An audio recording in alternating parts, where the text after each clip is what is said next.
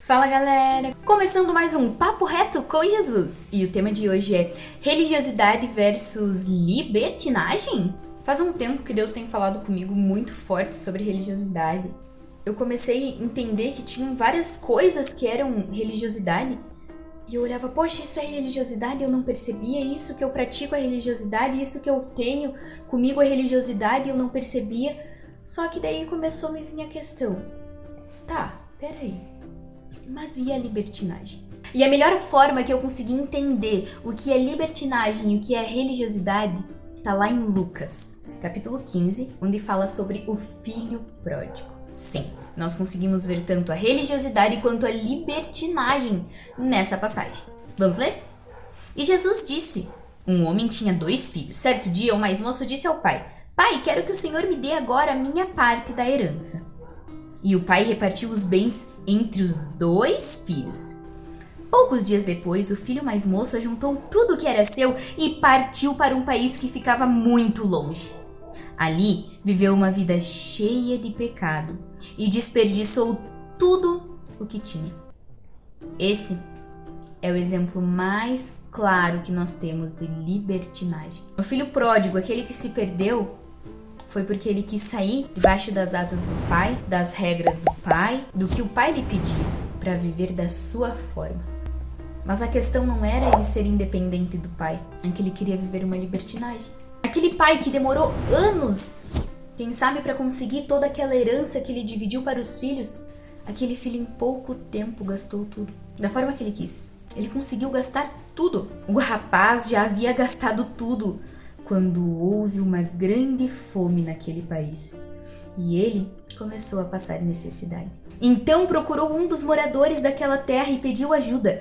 Este o mandou para sua fazenda a fim de tratar dos porcos. Ali com fome ele tinha vontade de comer o que os porcos comiam, mas ninguém lhe dava nada. Caindo em si, ele pensou: quantos trabalhadores do meu pai têm comida de sobra e eu estou aqui morrendo de fome? Vou voltar para a casa do meu pai e dizer: Pai, pequei contra Deus e contra o Senhor, e não mereço mais ser chamado de seu filho, e aceite como um dos seus trabalhadores. Então saiu dali e voltou para a casa do pai. Quando o rapaz ainda estava longe de casa, o pai o avistou, e com muita pena do filho, correu e o abraçou e beijou. E o filho disse: Pai, pequei contra Deus e contra o Senhor, e não mereço mais ser chamado de seu filho. Mas o pai ordenou aos empregados: depressa tragam a melhor roupa e vistam nele. Ponham um anel no dedo dele e sandálias nos seus pés. Também tragam e matem o bezerro gordo. Vamos começar a festejar, porque este meu filho estava morto e viveu de novo, estava perdido e foi achado. E começaram a festa. Enquanto isso, o filho mais velho estava no campo. Quando ele voltou e chegou perto de casa, ouviu a música e o barulho da dança. Então chamou um empregado e perguntou: o que está acontecendo? O empregado respondeu: o seu irmão voltou para casa vivo e com saúde. Por isso o seu pai mandou matar o bezerro gordo. O filho mais velho ficou zangado e não quis entrar. Então o pai veio para fora e insistiu com ele para que entrasse. Mas ele respondeu: faz tantos anos que trabalho como um escravo para o Senhor e nunca desobedeci uma ordem sua. Mesmo assim, o Senhor nunca me deu nem ao menos um cabrito para fazer uma festa com os meus amigos. Porém, esse seu filho desperdiçou tudo que era do Senhor, gastando dinheiro com prostitutas. E agora ele volta. E o Senhor manda matar o bezerro gordo?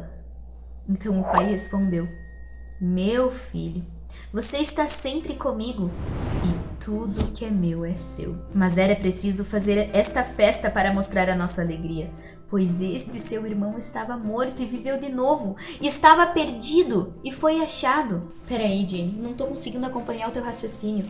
Então vamos por partes. No versículo 12 diz o seguinte: certo dia o mais moço disse ao pai: Pai, quero que o Senhor me dê agora parte da minha herança. E o pai repartiu o bem entre os 2. Você viu o que esse pai fez? Ele não proibiu. Sabe o que é isso?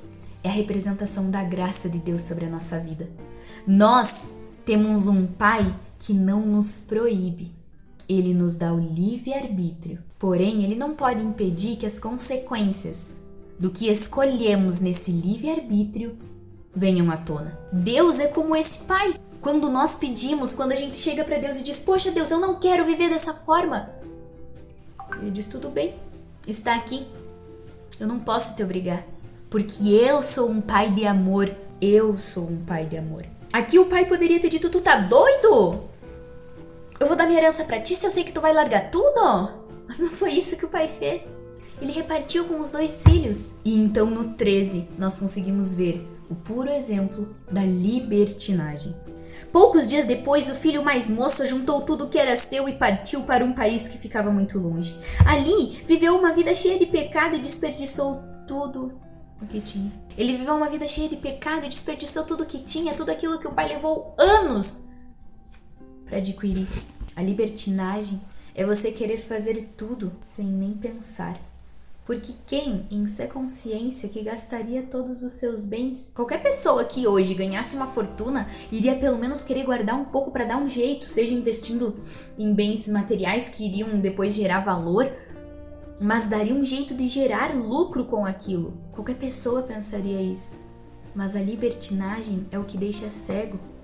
É o desejo compulsivo de querer fazer as coisas sem pensar nas consequências. Olha só a definição de libertinagem no Google. Conduta de pessoa que se entrega imoderadamente a prazeres sexuais. Insubmissão, indisciplina. Tu vê que ele não abrange somente os prazeres sexuais. A insubmissão, a indisciplina. A libertinagem é um desejo desenfreado, um desejo que você não tem controle. É justamente quando você não tem o domínio próprio.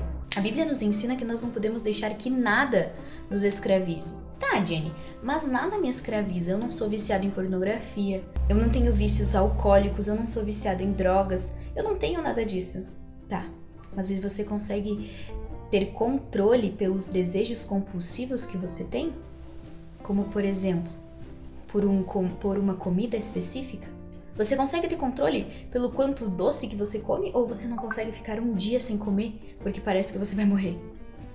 Você consegue ter controle por ficar sem o seu celular ou parece que você vai morrer se ficar 30 minutos sem bateria? Não, isso não é religiosidade. É a verdadeira liberdade. Quando você tem liberdade, nada te escraviza, nada te domina. A ansiedade não te faz perder as unhas. A ansiedade não toma o controle do teu corpo. O desejo desenfreado por certas coisas não toma o controle do teu corpo. Isso é ter liberdade. Já a libertinagem, ela te dá uma falsa sensação de liberdade. É quando você tá lá, vamos usar o exemplo da comida, porque eu fui muito tempo presa ao vício do doce. Eu achava que eu dizia assim, poxa, eu tive um dia super cansativo, então eu tenho a liberdade de comer um doce. Mas eu sabia que, na verdade, dentro de mim aqui eu passei o dia inteiro que eu só queria um doce. E eu não conseguia parar aquele desejo. Eu não conseguia controlar aquele desejo. Eu não conseguia passar mais de 2 dias sem comer. Eu lembro da primeira semana que eu fiquei sem comer doce, que foi uma comemoração pra mim. Porque era algo que me dominava. Era uma falsa liberdade. Uma falsa liberdade. Só que depois daquilo, o sabor passa. Você come aquele doce, o teu desejo é saciado, mas o sabor passa. O momento de prazer passa, como passou para ele, ali no versículo 14. O rapaz já havia gastado tudo quando houve uma grande fome naquele país e ele começou a passar necessidade. Sabe o que é isso? É o vazio que a gente sente quando acha que vive uma liberdade, dando a desculpa de ser igreja e não ir à igreja buscar a Deus, dando a desculpa de eu busco em casa, eu não preciso frequentar um templo, mas de repente vem um vazio, de repente nada preenche, de repente vem uma tristeza incontrolável. Você pode tentar sorrir, você pode tentar alcançar os objetivos, pode conquistar várias coisas, mas continua um buraco ali, porque é a necessidade. Então procurou um dos moradores daquela terra e pediu ajuda. Este o mandou para sua fazenda a fim de tratar dos porcos. Ali com fome ele tinha vontade de comer o que os porcos comiam, mas ninguém lhe dava nada. Mas quando a gente tem essa necessidade, a gente permanece com um orgulho. A gente sente a necessidade, mas não, eu não preciso. A gente procura outras ajudas. Como ele fez? Ele não poderia ter voltado direto para a casa do pai? Por que ele procurou fazendeiros daquele país se ele sabia que lá na casa do pai dele tinha tudo o que ele precisava? O orgulho o cegava a ponto dele não conseguir lembrar da casa do pai, a ponto dele esquecer que o pai o esperava. E assim somos nós com Deus. Quando estamos completamente cegos pela libertinagem, o vazio vem, mas o orgulho vem também. Caindo em si, ele pensou: quantos trabalhadores do meu pai têm comida de sobra e eu estou aqui morrendo de fome? Até que Deus quebrantou o coração.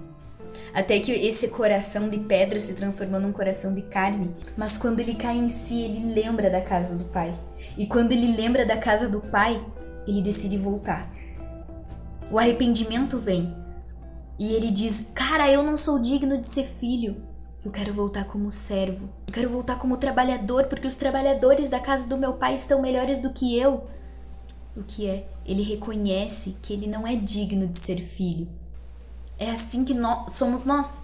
Quando nós aprendemos a viver pela graça de Deus, sem a religiosidade, nós entendemos que sim, somos pecadores e não somos dignos de ser filhos. Que sim, somos pecadores. Quando nós escolhemos viver pela graça de Deus e não pela religiosidade, nós entendemos que somos filhos que não são dignos de ser filhos. Não somos merecedores de ser filhos. Mas pela graça do nosso Pai, somos aceitos. Somos esses filhos, não por merecimento próprio, mas porque Ele decidiu nos amar mesmo quando não merecíamos, como é o caso desse jovem. Vou voltar para a casa do meu pai e dizer: pai, pequei contra Deus, tananã, eu não mereço mais ser chamado de seu filho. Então saiu dali e voltou para a casa do pai. Quando o rapaz ainda estava longe da casa, o pai o avistou. E com muita pena do filho, correu e o abraçou e beijou. E o filho disse: pai, pequei contra Deus e contra o Senhor e não mereço mais ser chamado de seu filho. Ele reconheceu o quanto ele tinha errado e o quanto ele não era merecedor de ser filho. Mas o pai ordenou no mesmo instante para os empregados: roupa e vistam ele. Você viu só? Esse pai poderia ter sido aquele pai religioso que diz: não, você não é digno de ser meu filho, eu já te dei tudo o que você precisava e você não é merecedor. Mas esse pai é um pai gracioso, é um pai amoroso, assim como Deus é conosco. Quando todos olham para nós e dizem que não somos merecedores, Deus olha para mim e para você e diz: vem, que eu vou trocar as tuas vestes. Vem, que eu vou festejar contigo, porque hoje você está vivo. E voltou. Isso é a graça, que não dá lugar para libertinagem, mas também não dá lugar para religiosidade. E eles estavam ali em festa então. Enquanto isso, o filho mais velho estava no campo. E ele começou a pedir para os empregados. Os empregados explicaram para ele que ia ter festa porque o irmão dele voltou e tudo mais. O filho mais velho ficou zangado e não quis entrar. Então o pai veio para fora e insistiu com ele para que entrasse. Mas ele respondeu: faz tantos anos que trabalho como um escravo para o Senhor e nunca desobedeci a uma ordem sua. Mesmo assim, o Senhor nunca me deu nem ao menos um cabrito para eu fazer festa. E reclamou e ficou bravo com o pai. E o que o pai disse? Meu filho, você está sempre comigo e tudo que é meu é seu. Mas era preciso fazer essa festa para mostrar a nossa alegria em ter o teu irmão de volta, vivo. Esse irmão mais velho é o exemplo puro da religiosidade. Vai dizer que você nunca ouviu quando voltou aquele irmãozinho que saiu da igreja, que fez altas coisas. Quando ele voltou, você não ouviu dizendo: o quê? O fulano tá aqui? O ciclano teve coragem de voltar para a igreja depois de tudo que fez?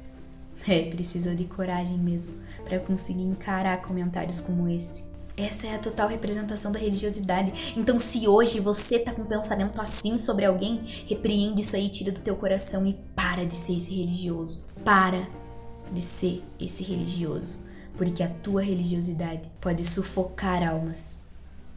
Sufocar almas. Pode afastar as pessoas de Jesus. A religiosidade é aquela que aponta o dedo, enquanto a graça de Deus estende a mão e ajuda. A religiosidade é a que julga e critica, enquanto a graça de Deus é a que transforma, porque foi o que esse pai fez quando o filho chegou para ele todo sujo, todo machucado, com fome, necessitado e se colocando: pai, eu não sou digno, eu quero ser servo, eu pequei contra ti, pequei contra Deus. O que o pai fez? Ele transformou o filho, ele trocou as vestes, ele comemorou porque o filho voltou. Ele fez o filho ser digno novamente. Ele aceitou o filho daquela forma. Ele fez justamente o que diz na Bíblia: vinde a mim como estás. Mas o vinde a mim como estás não quer dizer que você não vai ser transformado, que você não será transformado por Cristo, porque Ele te aceita como você é, mas Ele te transforma no decorrer da caminhada. Ele te aceita como você é, porque Ele ama você, mas não ama o pecado que pode estar em você, não ama o pecado que você pode estar praticando. Isso é a graça de Deus. Essas são as misericórdias de Deus, que ama o pecador, mas não o pecado. Ama quem pratica, porque sabe que quem pratica precisa da sua ajuda para ser transformado. Mas não é pelo que nós fazemos que nós somos aceitos. Muito pelo contrário. Nós só podemos fazer algo para Deus quando entendemos que somos aceitos por Ele, embora sendo pecadores, embora sendo indignos, não merecedores. Ele nos aceita para então nos transformar. Hoje eu te convido a largar essa religiosidade, porque não tem nada pior do que você bater o ponto na igreja, nos teus dias de culto, você bater o ponto no teu momento de oração com Deus para ter o check cumprido dos 30 minutos com Deus, de 1, 2 horas. Você precisa viver o extraordinário de Deus. Você precisa ir além e você pode. É só você tirar a religiosidade. É só você tirar essa religiosidade. Eu espero que Deus tenha falado ao teu coração, que Deus abençoe muito a tua vida, que você seja edificado. Em nome de Jesus. Deixa teu like, se inscreve aqui no canal. Até o próximo vídeo. Tchau, tchau.